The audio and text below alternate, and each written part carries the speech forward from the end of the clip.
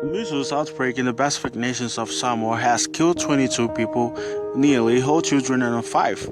The government says 1,797 cases has been reported, 153 since Friday alone. Samoa declared a state of emergency last week to combat the outbreak.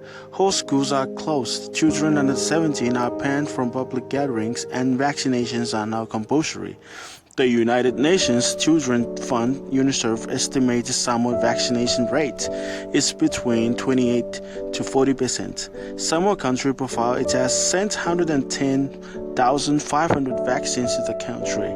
Now, New Zealand has sent medicine, nurses, and equipment while battling an outbreak of the disease itself. Here are ways to battling against measles. Please apply this at your home and families. This is a true story, folks. A family with 3 months old baby has set strict rules at home for all members returning from work, a trip to Apia, and anywhere of the house. Head straight for the showers for a full body wash before you touch the baby or even venture anywhere close.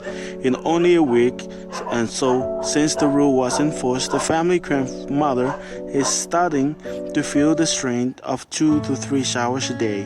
She regularly leaves her babysitting rules. As the person who actually made the rules in the family, she must abide next to the baby, and she is the cleanest, nicest smelling person in the whole family. Maybe the measles virus can smell her too and are staying away. Good on her. When was the last time you showered?